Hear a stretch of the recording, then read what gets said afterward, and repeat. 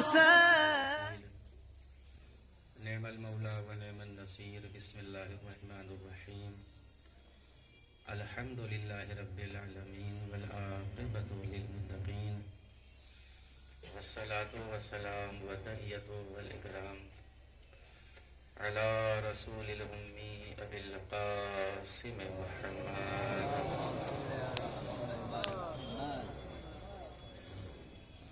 وآلہ الطیبین الطاہرین المعصومین المظلومین اما بعد فقد قال اللہ فی کتابہ الکریم وخطابہ العظیم بسم اللہ الرحمن الرحیم یا ایھا الذین آمنوا استعینوا بالصبر والصلاۃ ان اللہ مع الصابرین صلوات پڑھیں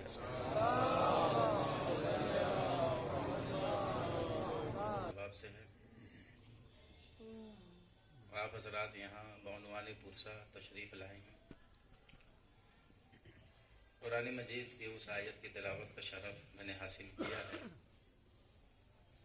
اس آیت سے آپ حضرات بہت ہی قریب ہیں اور بہت ہی آشنا ہیں۔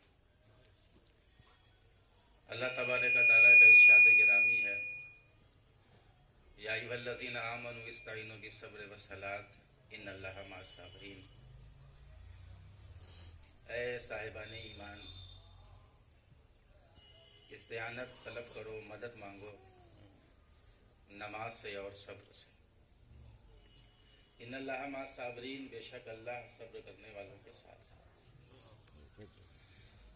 یہ آیت کا ترجمہ کچھ معروضات بس اسی پہ ہدیہ کرنا ہے، مقصد ہے کچھ پڑھ کر مرحوم گروہ پاک کو ہدیہ کر دیا جائے۔ مطالبہ ہے مدد کا نماز سے اور صبر سے۔ سماج اور معاشرے کی سب سے بڑی بدنصیبی یہ ہے کہ جب بھی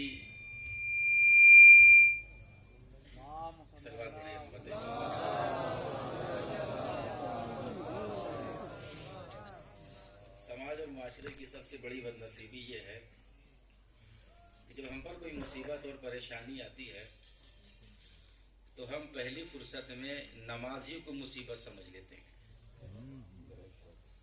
یہ سماج اور معاشرے کی پریشانی ہے۔ ارے ہمارا لڑکا بیمار ہے، آپ کو نماز کے لگی ہوئی ہے۔ ہمارے کاروبار میں گھاٹا ہو گیا اور آپ کو نماز کی لگی ہوئی ہے۔ ارے ہمارے ابا بیمار ہیں اور آپ کو نماز کی لگی ہوئی ہے۔ ہماری دکان نہیں چل رہی ہے اور آپ کو نماز کی لگی ہوئی ہے۔ تو سماج اور معاشرہ مصیبت میں نمازیوں کو مصیبت سمجھ لیتا ہے۔ اب اس ناسمجھے کو کون سمجھائے کہ نماز مصیبت نہیں ہے، مصیبتوں میں مددگار ہے۔ اب کہاں تک آپ مطمئن ہوئے مجھے نہیں پتا، لیکن نوجوان بھائیوں سے گزارش کر رہا ہوں، بزرگ میرے مخاطب نہیں ہیں، اگر نماز مصیبتوں میں مددگار نہیں ہے تو آپ ہمیں نماز وحشت کا فلسفہ سمجھا دیجیے۔ اگر نماز مصیبتوں میں مددگار نہیں ہے تو آپ ہمیں نماز وحشت کا فلسفہ سمجھائیے کہ نماز وحشت کیوں پڑھی جا رہی ہے۔ یہ نماز وحشت کا وجود ہی بتا رہا ہے۔ نماز دنیا میں بھی مددگار ہے، قبروں میں بھی مددگار ہے۔ دیکھیے بہت چیخ و چلا کی میں مجلس نہیں پڑھ پاتا، بہت آسان لفظوں میں میں گزارش کروں گا آپ کے سامنے، اور میں نوجوان بھائیوں سے باتیں کر رہا ہوں اور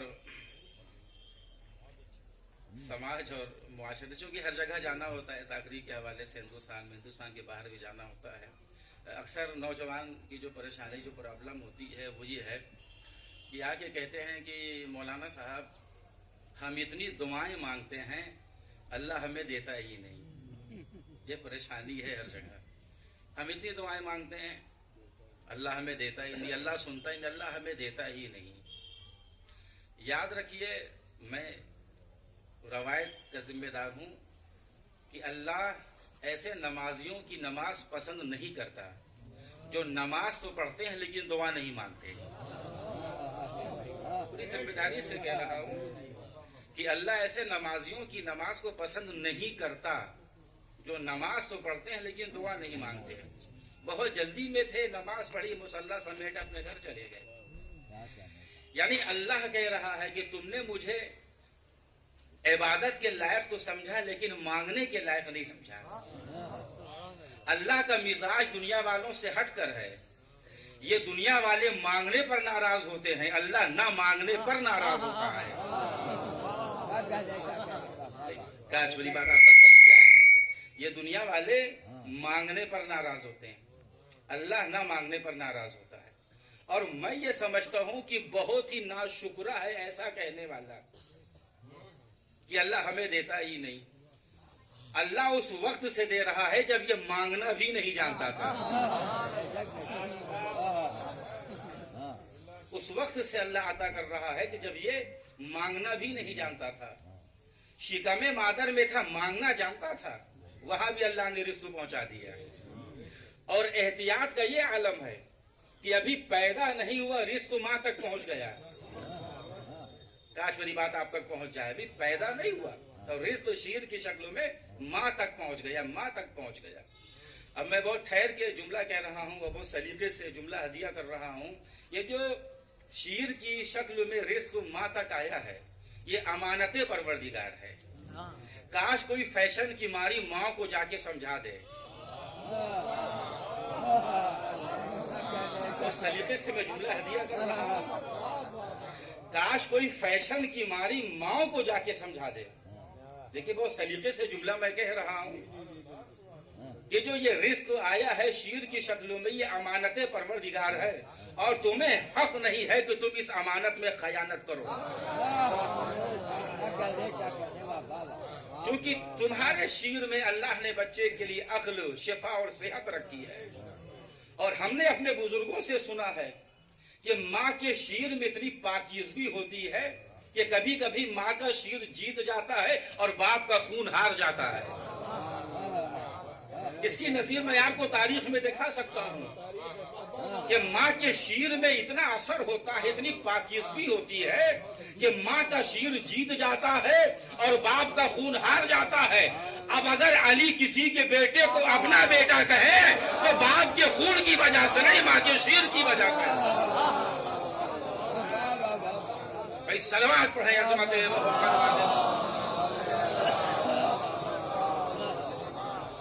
بہت زیادہ آپ کا وقت خرچ کرنا مقصد نہیں ہے. بس مقصد کیا ہے کہ مرحوم کے لیے کچھ ہدیہ کر دیا جائے. تو بہت ہی ناشکرا ہے ایسا کہنے والا, بہت ہی ناشکرا ہے ایسا کہنے والا کہ اللہ ہمیں دیتا ہی نہیں. اللہ اس وقت سے دے رہا ہے کہ جب یہ مانگنا بھی نہیں آتا. تو نماز مصیبت نہیں ہے, نماز مصیبتوں میں مددگار ہے. نماز مصیبتوں میں مددگار ہے. اور میرا محترم مجمع مجھ سے بہتر جانتا ہے بشرطے کہ وہ نماز ہو. ہماری عبادات جتنی بھی عبادات ہیں ان کی قبولیت کا دار و مدار ہے معاملات. جب تک ہم اپنے معاملات کو بہتر نہیں کریں گے ہماری عبادت قبول نہ ہوگی. اب میں صرف اپنے لیے پڑھ رہا ہوں, اپنے لیے پڑھ رہا ہوں. دیکھیے ایک بات اور میں نوجوان بھائیوں سے کہہ رہا ہوں کہ زمانہ آپ کو کچھ بھی کہے پریشان نہ ہوئیے, کچھ بھی کہے, اور کبھی زمانے کے چکر میں نہ پڑنا. آپ پریشان نہ ہوئیے, یہ دیکھیے کہ آپ بذات خود مطمئن ہیں کہ نہیں. آپ بذات خود مطمئن ہیں کہ نہیں. کبھی زمانے کے چکر میں نہ پڑیے گا. اس لیے مولا نے فرمایا ہے نہج البلاغہ میں, اگر زمانہ تمہارے حق میں ہو نا, تمہارے حق میں, تو تمہارے عیب کو بھی ہنر بنا دے گا. اور کہیں اگر زمانہ تمہارے مخالف ہو تو تمہارے ہنر کو بھی عیب بنا دے گا. تو کبھی زمانے کے چکر میں نہ پڑیے گا کہ زمانہ کہاں جا رہا ہے اور کیا کر رہا ہے. اچھا خاصا لباس ہے, پھاڑے ہوئے ہیں,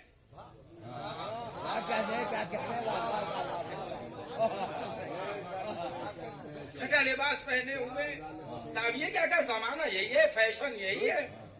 بھائی ہم نے اپنے بزرگوں سے سنا ہے, ہمارے بزرگوں نے بتایا ہے کہ اگر پہلے زمانے کوئی پھٹا لباس پہنتا تھا لوگ اس کو عزت کی نظر سے نہیں دیکھتے تھے, اور آج جس کا لباس جتنا پھٹا اتنا عزت دار. تو کبھی زمانے کے چکر میں نہ پڑیے گا.